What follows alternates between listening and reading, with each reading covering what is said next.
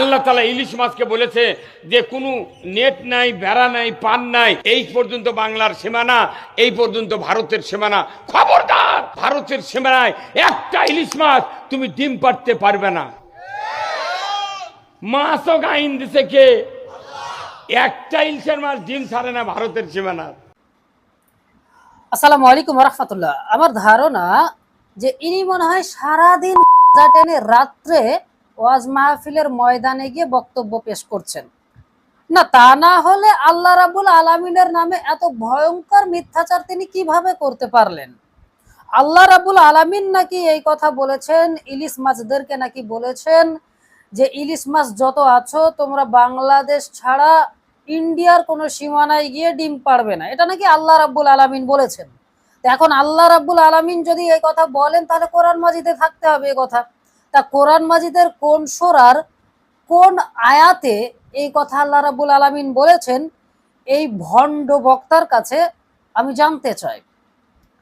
পড়া নেই, শোনা নেই, জানা বোঝা নেই, শুধুমাত্র নির্দিষ্টভাবে হয়তো একটা হিংসাত্মক ভাব নিয়ে তিনি বক্তব্য পেশ করতে গেছেন এবং বক্তব্য পেশ করতে গিয়ে এই হিংসার জেরে তিনি ইসলামটাকে হাস্যকর বানাতে চাচ্ছেন। এখন এইগুলো নিয়ে কথা বললে কিছু পাবলিক আবার বলবে, ভাই আপনি তো ভারতীয়, আপনি তো বাংলাদেশি নন, তাহলে কেন আপনি এটা নিয়ে কথা বললেন? উনি তো একজন বাংলাদেশি মানুষ।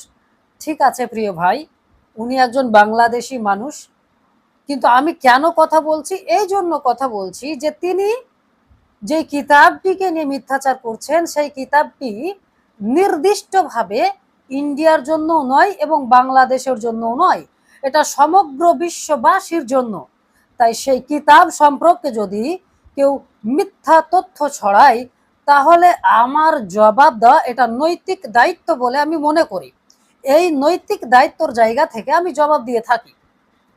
তো দেখুন, আপনারা বিবেকবান মানুষ, বুদ্ধিমান মানুষ, আপনারা অনেক কিছু জানেন, অনেক কিছু বোঝেন, আপনারা হাই এডুকেটেড মানুষ, আমি একথা বিশ্বাস করি। আপনারা বিচার করুন যে এই রকম ধরনের জঘন্য মিথ্যাচার আল্লাহ রাব্বুল আলামিনের শানে কখনো কি মেনে নেওয়া যায়? আপনি নিজেই বলুন তো যে এইটা কি হাস্যকর কথা নয়?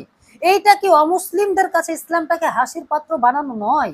আমাদের ভারতবর্ষেও অনেক জায়গায় ইলিশ চাষ হয়, তাহলে আমাদের ভারতের মানুষ যদি এই রকম ধরনের অভিযোগ করে যে আল্লাহ রাব্বুল আলামিন বলেছেন যে বাংলাদেশ ছাড়া অন্য কোনো সীমানায় যেন ইলিশ মাছ ডিম না পারে, অথচ আমাদের ভারতবর্ষে তো ইলিশ চাষ হয়, তাহলে কি কোরআন মিথ্যা? নাউজুবিল্লাহ মিন জালিক। এই ধরনের অভিযোগ কি তারা করতে পারবে না? অনায়াসেই করতে পারবে। তাহলে বোঝা যাচ্ছে যে এই সমস্ত অযোগ্য, অশিক্ষিত ধর্ম ব্যবসায়ী বক্তারা ইসলামের প্রচারক হিসেবে সমাজে পরিচিতি লাভ করেছে বলেই আজ ইসলামের নামে মানুষ আঙুল তোলার সুযোগ পাচ্ছে। তাই এই সমস্ত ধর্ম ব্যবসায়ী, অশিক্ষিত ব্যবসায়ী বক্তাদের থেকে সাধারণ জনগণকে অবশ্যই বিরত করতে হবে, না হলে এরা ইসলামটাকে হাসির পাত্রে পরিণত করে ছাড়বে। ইসলামকে ভালোবাসি, কোরআনকে ভালোবাসি, হাদিসকে ভালোবাসি, আল্লাহকে ভালোবাসি, আল্লাহর রাসূলকে ভালোবাসি, ইসলাম প্রিয় মুসলিমদেরকে ভালোবাসি। আর এই ভালোবাসার জায়গা থেকেই অন্যায়ের প্রতিবাদ করি। তাতে যদি কারো পছন্দ না হয় তাতেও আমার কিছু আসে যায় না। অন্যায়ের প্রতিবাদ করি, সারা জীবন করব, এটাই আল্লাহ রাব্বুল আলামিনের নিকট আমার প্রার্থনা। তো যাই হোক প্রিয় মুসলিম ভাই ও বন্ধুরা, আপনারা সকলেই ভিডিওটি শেয়ার করে ছড়িয়ে দিবেন আর এই সমস্ত গাঁজাখড়ি কথাবার্তা শোনা থেকে বিরত থাকবেন ইনশাআল্লাহ। আসসালামু আলাইকুম ওয়া রাহমাতুল্লাহি ওয়া বারাকাতুহু।